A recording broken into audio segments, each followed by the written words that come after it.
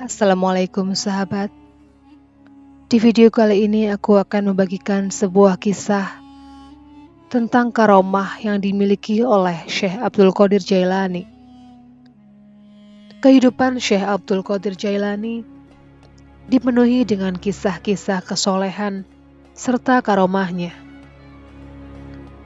Pembantu Syekh Abdul Qadir Jailani, Abu Abdillah Muhammad bin Abdul Fattah Al-Harawi bercerita, "Saya membantu Syekh Abdul Qadir selama 40 tahun. Beliau bila sholat subuh, dengan wudhunya sholat isya. Jika dia berhadas, segera berwudhu dan sholat sunnah 2 rakaat. Setelah sholat isya dia berkhalwat dan tidak ada seorang pun yang dapat mengganggunya hingga terbit fajar.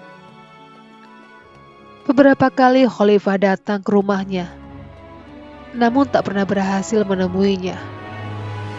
Pernyataan Ibnu Al-Fattah dikutip oleh Imam Al-Sya'rani dalam kitabnya yang berjudul Tabaqat Al-Kubra. Selanjutnya Ibnu Al-Fattah menceritakan, "Saya pernah bermalam di rumah Syekh dan saya melihat dia sholat sunnah di awal malam dan berzikir hingga sepertiganya malam yang awal. Kemudian beliau sholat dan membaca Al-Quran sampai habis sepertiganya malam yang kedua." Al-Jailani dikenal tidak mau mencari muka kepada kaum elit, baik terhadap orang-orang kaya, para pembesar kerajaan. Pernah, suatu ketika dia didatangi oleh khalifah. Dia tidak langsung menemuinya, tetapi ditinggalkan beberapa waktu dalam khalwatnya.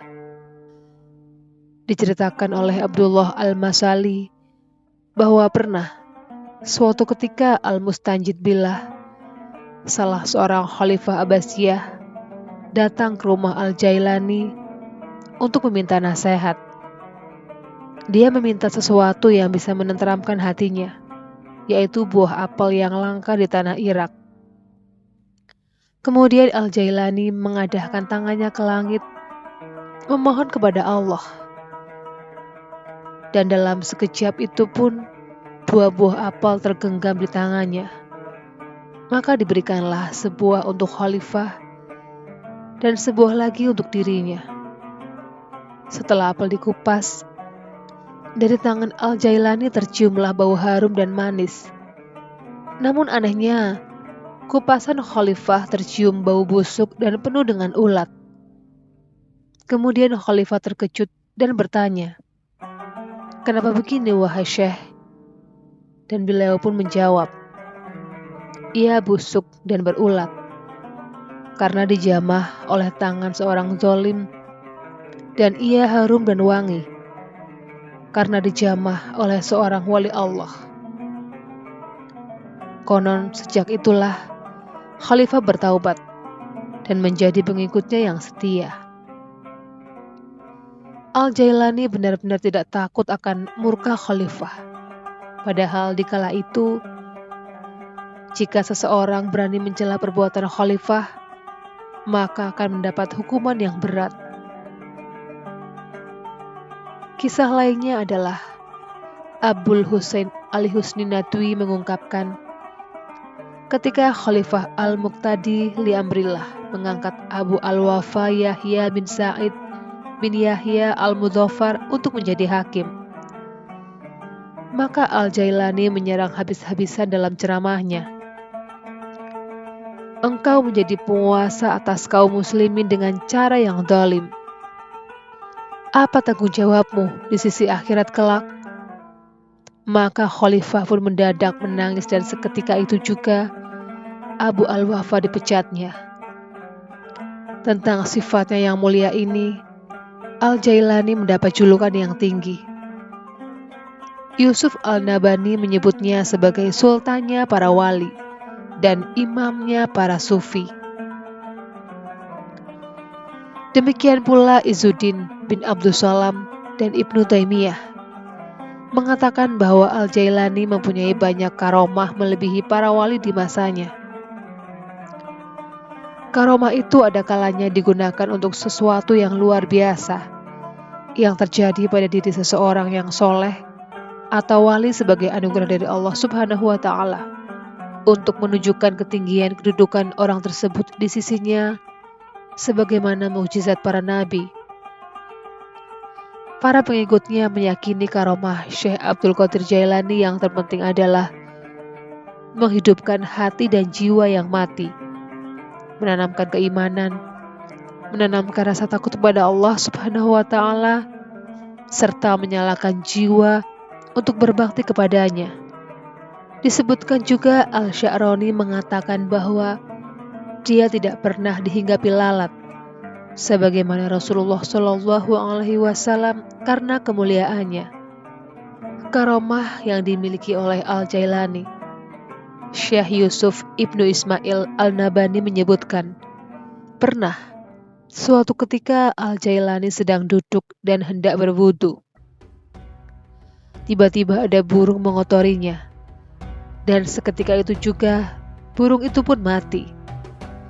Melihat peristiwa itu, maka Al-Jailani cepat-cepat membersihkan pakaiannya dan kemudian pakaian itu disedekahkan kepada fakir miskin sebagai tebusan burung yang mati. Kemudian dia berkata, seandainya aku berdosa karena burung ini, maka pakaianku inilah sebagai tebusannya. Dia juga menghidupkan burung dan ayam yang sudah mati. Sedangkan Abu Ahmad Abdul Hamid dalam bukunya mengutip bahwa Umar Usma al-Soyrofi dan Abu Muhammad Abdul Haq al-Harami mengatakan bahwa dia juga mempunyai kekuatan yang luar biasa, bisa menaklukkan musuh dari jauh. Dengan kekuatan batinnya, dia menangkap seseorang dari kejauhan. Al-Nabani masih dalam kitabnya mencontohkan tentang apa yang dikisahkan Saroj tentang Abu Al-Mudhaffar Al-Hasan. Al-Hasan adalah seorang pedagang besar dari Baghdad. Suatu ketika, dia menghadap kepada Syekh Hamad Al-Dabasi, yang merupakan seorang tokoh besar dan guru tarekat Al-Jailani, dengan maksud meminta restu agar dalam berniaga mendapatkan keselamatan dan keuntungan. Namun Syekh Hamad tidak memperkenankan, karena akan ada bahaya maut dan perampok yang hendak menghabiskan barang dagangannya. Sepulangnya dari Syekh Hamad, pedagang tersebut bertemu dengan Al-Jailani di tengah perjalanan. Kemudian diceritakanlah semua yang difatwakan oleh Syekh Hamad. Mendengar semua cerita itu, maka berkatalah Al-Jailani, berlayarlah tahun ini. Pasti engkau selamat dan pulang dengan membawa keuntungan yang besar. Akulah yang bertanggung jawab atas segala resikonya. Beberapa saat kemudian, Abu Al-Mudhaffar pun berangkat menuju ke negeri Syam. Ternyata sesampainya di sana, dagangannya laris berlaku 1000 dinar. Kemudian dia menuju Halb, dan dikala dia beristirahat, uang dagangannya tertinggal hingga semalaman. Dalam tidurnya dia bermimpi bahwa dia dan kafilah lainnya dirampok oleh kawanan penjahat dan dibunuhnya. Setelah bangun, di lehernya terdapat bekas darah dan masih terasa sakitnya gorokan pisau. Barulah kemudian dia ingat uangnya yang tertinggal di tempat dia berhajat. Maka segeralah dia mencarinya dan ternyata masih utuh. Dan dengan riang gembira, dia kembali menuju ke Baghdad. Sesampainya di sana dia berkata dalam hatinya, apakah dia harus menemui Syekh Al-Dabas lebih dulu karena yang paling tua, atau Al-Jailani yang cocok fatwanya? Namun tiba-tiba dia bertemu dengan Al-Dabas di Pasar Sultan. Al-Dabas kemudian berkata, temuilah dulu Al-Jailani, karena dia kekasih Tuhan, yang mendoakanmu sampai 17 kali, sehingga bahaya maut yang semestinya menimpa dirimu benar-benar hanya engkau temui dalam mimpi saja. Begitu pula hartamu yang hilang sementara karena kelupaanmu.